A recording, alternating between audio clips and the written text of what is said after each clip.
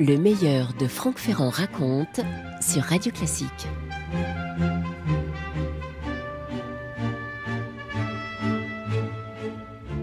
Je vais vous faire une confidence, il y a chez moi au bord de la mer une bibliothèque remplie à ras-bord d'ouvrages, de revues, de toutes sortes de choses sur Versailles, à commencer par la très bonne, excellente RHV, la revue d'histoire de Versailles, qui a été remplacée, si je puis dire, depuis maintenant plusieurs décennies par une très remarquable revue éditée par les Amis de Versailles et qui s'appelle Versaillia.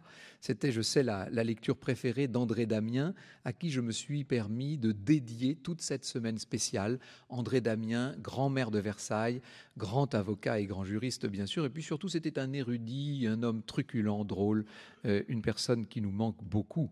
Il nous a quittés il y a quelques semaines seulement.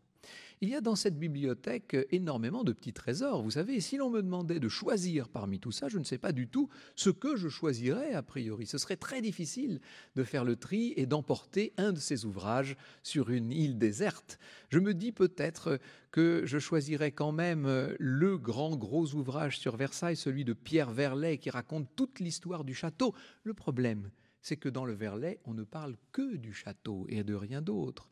J'aurais aimé peut-être emporter aussi le tout premier livre que j'ai eu sur Versailles, que m'avait offert ma mère quand j'avais 7 ans, qui était une édition Fernand Nathan assez extraordinaire, avec, vous savez, ce parfum, ces effluves très particuliers d'encre Chancy, qui pour moi restera définitivement et jusqu'à ma mort sans doute associé au nom même de Versailles.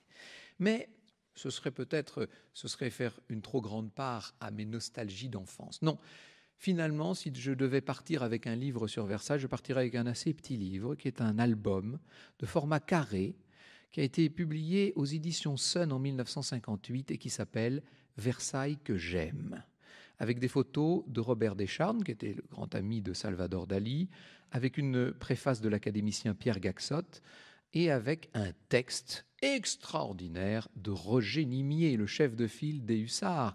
Il y avait d'ailleurs aussi chez les hussards un certain Jacques Perret. Je vous cite une légende de Jacques Perret, parce que dans ce livre, les très belles photos en noir et blanc qui sont gravées en héliogravure, vous savez, dans ce livre, les photos en question sont commentées par Jacques Perret. Voilà ce qu'il nous donne pour une des photos. On n'en parlait pas. Mais l'automne existait déjà au grand siècle, et la mélancolie aussi, probablement. Déplacée en Île-de-France pour raison d'État, la mythologie s'est montrée enchantée du climat, et la brume arrangeait très bien ses affaires. L'Olympe, au demeurant, fut prise en main par la cour, il y gagna beaucoup. Les dieux nus et les reins graves aberraient de compagnie dans l'ordre classique, et Diane, devenue dame de qualité, se confessait au Père-Lachaise. Dans le parc solitaire et glacé, 2 ombres tout à l'heure ont passé, tandis que la nymphe, abusée par la brume, s'émeut en croyant voir le Corbusier percé sous mansard. Ah oui, c'est écrit, c'est ciselé, c'est du Perret, que voulez-vous alors ? On a le droit, comme mon ami Adrien Goetz, et je partage d'ailleurs globalement son avis, de préférer encore à cette petite prose très ciselée d'un Jacques Perret la grande prose à la serpe de Monsieur Nimier. Et voilà ce que ça donne dans l'introduction merveilleuse à cet ouvrage, qui encore une fois s'appelle Versailles que j'aime. Je sens qu'il va y avoir des gens chez les bouquinistes cet après-midi.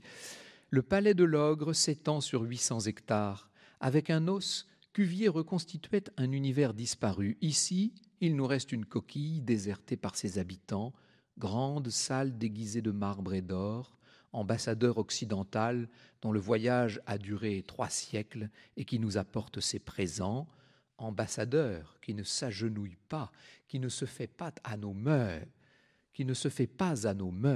nous juge de petites conditions, se tait, respire, écoute. Cette personnification me paraît incroyable. Tous les poètes, un jour ou l'autre, auront été inspirés par Versailles, et c'est d'autant plus extraordinaire que très souvent, c'est la nature, que ce soit la nature humaine, que ce soit les animaux, que ce soit les plantes, que ce soit bien entendu les grands paysages, c'est la nature qui inspire le plus élégiaque, le plus fortement sensuel dans la poésie. Eh bien non, Versailles est une pure création de la culture Et il n'en a pas moins inspiré La Fontaine, Perrault, Montesquieu et Casanova et Chénier, bien entendu, ai-je besoin de vous le dire, et Chateaubriand et Musset et Barbet d'Aurevilliers, Michelet et d'autres et d'autres. J'ai mis Michelet dans les poètes, vous l'aurez remarqué. Banville, bien sûr, Théodore de Banville, le dernier des romantiques. Mais voici qu'au bout d'une allée de Charmilles, écrit Banville, mais voici qu'au bout d'une allée de Charmilles, vert corridor, il voit doré jusqu'à la nuque un fantôme ruisselant d'or, coiffé d'un spectre de perruque. Il y a les 3 marches de marbre rose d'Alfred de Musset également, vous savez, archi célèbre.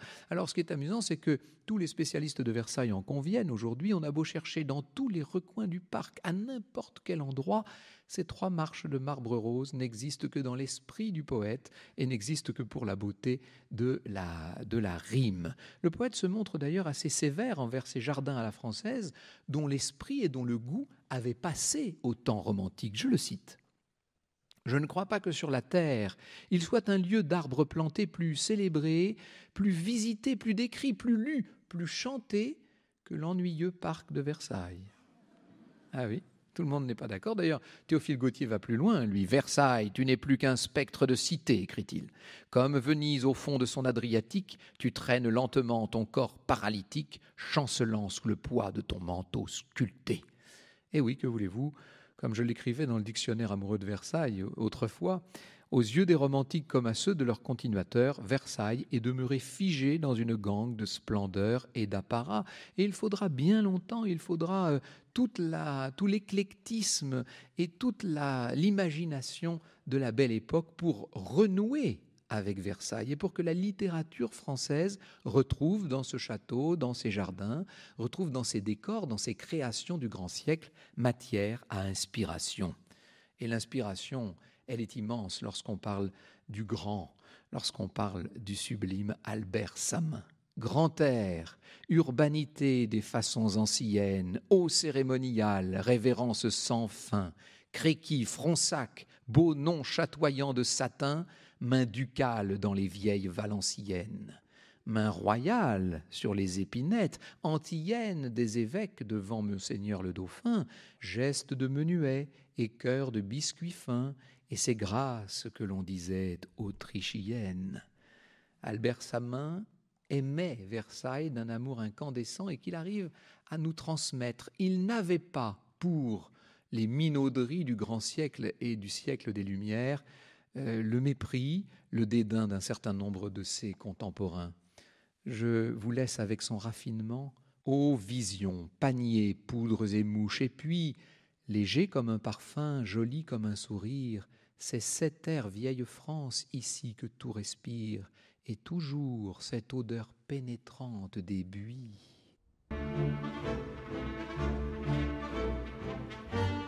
Le meilleur de Franck Ferrand raconte sur Radio Classique.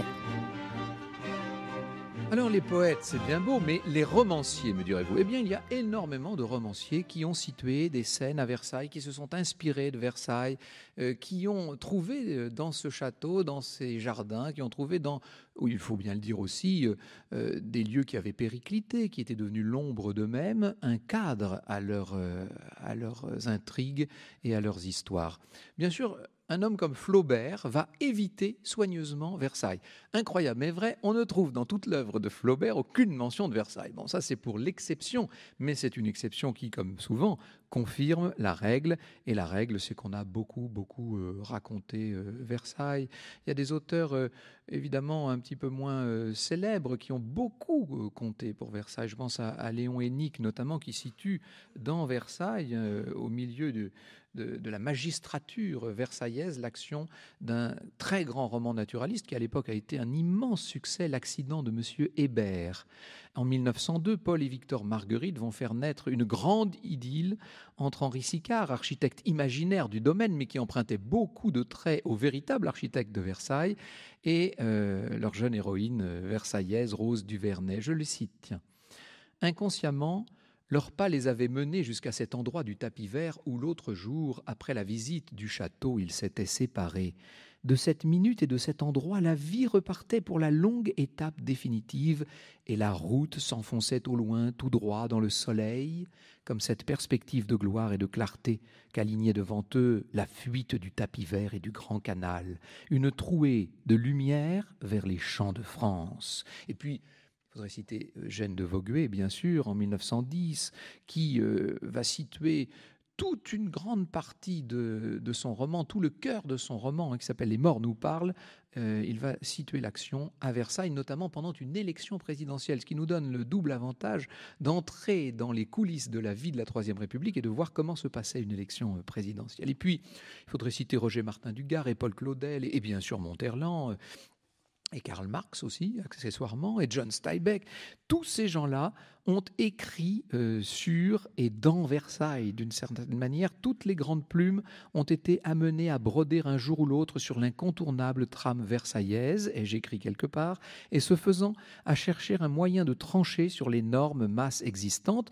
Elles ont convoqué dans cette quête éperdue d'un renouvellement illusoire tous les ressorts de l'âme et des sens. Et bien souvent, on n'y arrive pas d'une certaine manière. C'est ce que dit d'ailleurs, c'est ce que dit Adrien Goetz dans son ouvrage consacré à la littérature versaillaise et qui s'appelle « Versailles, le château-livre ». Versailles donne envie d'écrire, dit-il. Même Louis XIV, dans son vaste parc, n'a pu résister et s'est transformé en écrivain puisqu'il a laissé à la postérité un petit guide très soigneusement composé, manière de montrer les jardins de Versailles. Si Versailles appartient à l'histoire de la littérature, c'est parce que sa naissance ressemble à celle d'un texte. Son panorama renvoie n'importe quel auteur au mystère de la page blanche devenue ouvrage, au papier fait littérature, au marécage transformé en architecture, à cette question métaphysique. Pourquoi y a-t-il quelque chose plutôt que rien ? Versailles défie la nature, le néant et le vide. Et je me disais, en préparant cette émission, qui vais-je bien pouvoir citer après Adrien Goetz, qui est le même souffle dans la phrase ? Eh bien, Proust, tout simplement, bien entendu. Marcel Proust, qui est venu passer ici au réservoir de longs séjours, notamment au moment de la mort de sa mère, et qui écrit, alors j'adore cette phrase, elle est très célèbre, mais je ne résiste pas au plaisir. Je ne voudrais pas vous prononcer ici après tant d'autres. Versailles, grand nom rouillé et doux, royal cimetière de feuillage, de vastes eaux et de marbre, lieu véritablement aristocratique et démoralisant, où ne nous trouble même pas le remords que la vie de tant d'ouvriers n'y ait servi qu'à affiner et qu'à élargir moins les joies d'un autre temps que la mélancolie d'une autre. Il faudrait aussi passer du côté du théâtre, et pourquoi pas même du cinéma, en évoquant tous ceux que Versailles a beaucoup inspirés, y compris dans une période très récente, et vous me voyez venir. Celui qui est un peu leur père à tous, bien entendu, en 1953, au moment de la grande loi de sauvegarde lancée par le secrétaire d'État aux Beaux-Arts de l'époque, André Cornu, celui qui va rendre Versailles populaire, faire passer Versailles dans toutes les salles obscures avant de le faire entrer par le petit écran dans tous les foyers, celui qui va rendre Versailles mondialement célèbre, c'est évidemment Sacha Guitry, qui a trouvé le moyen d'écrire la pochade la plus fausse historiquement et la plus vraie spirituellement concernant Versailles. Et d'ailleurs, à la toute fin du film, il fait dire à Bourvil, qui se promène dans les salles du château et qui est habillé, qui est déguisé en gardien de musée, il fait dire à Bourvil « Ah, les erreurs et les fautes d'histoire, tout le monde s'en moque quand c'est le cœur qui les commet. » Le meilleur de Franck Ferrand raconte sur Radio Classique. J'ai entre les mains, autant vous le dire, un très joli livre qui a été édité par Hervas et qui s'appelle « Mémoires de Versailles » de Robert Pajard. Robert Pajard est un de ces érudits, un de ces rats de bibliothèque, mais je le dis avec beaucoup de tendresse, qui ont passé leur vie à aller fouiner, chercher, retrouver dans le moindre paragraphe de la prose la plus obscure des citations sur Versailles. Aujourd'hui, c'est très facile. Vous vous mettez devant un moteur de recherche et puis vous tapez Versailles et puis vous voyez bien ce que ça donne. Mais à l'époque où Pajard l'a fait, croyez-moi, ça demandait énormément de suite dans les idées et beaucoup de bonne volonté. Puisque je parle d'Internet et des moteurs de recherche, de récentes analyses informatiques ont confirmé que Versailles était constamment associé à ce qu'il y avait de plus grand, de plus beau et de plus merveilleux dans la civilisation. Les mots les plus associés à Versailles sont classique, magnificence, ordre, pompe, prestige et somptueux. Vous avouerez que c'est quand même assez extraordinaire. Et il y a une vingtaine d'années maintenant, Gérard Gorcy, qui est un linguiste et qui est un des collaborateurs du Trésor de la langue française, vous savez, avait étudié les occurrences du terme Versailles dans plus de 3500 ouvrages dépouillés par l'Institut national de la langue française et qui sont disponibles sur la base Frantext. Il en concluait que Versailles, avec 4286 occurrences, était, non pas, comme je l'ai dit avant-hier, le troisième, mais bien le deuxième lieu le plus cité après Paris dans la littérature. Moi, je parlais du public. Vous me direz, ça n'est pas peut-être tout à fait la même chose. Alors, on ne comprendrait pas que j'ai pu consacrer une émission à Versailles à travers la littérature et que je n'ai pas cité les enfants du pays, bien entendu, et je vois quelques yeux qui me regardent durement depuis un moment, les deux frères Tarot, bien sûr, qui sont les grands écrivains versaillais et qui, pour ne vous citer que cet extrait parmi bien d'autres, en 1932, dans Les Bien-Aimés, écrivent ceci, donc les frères Jérôme et Jean Tarot.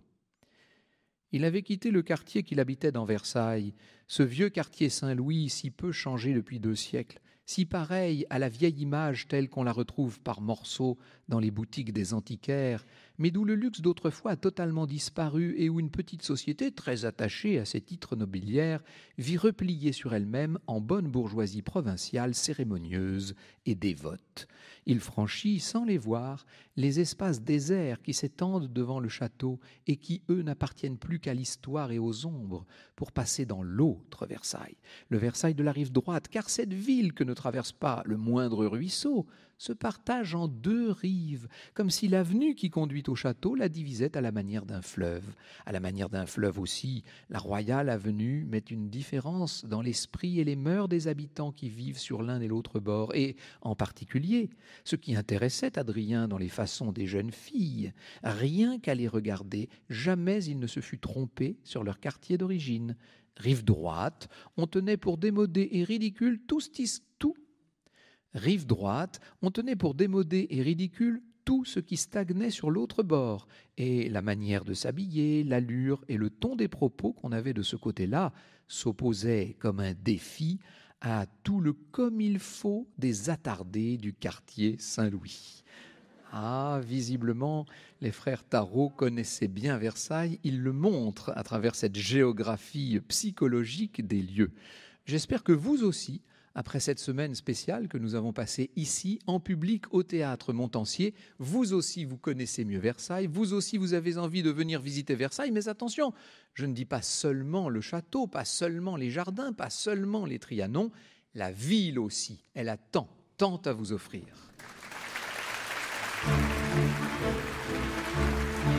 Vous écoutez Radio Classique.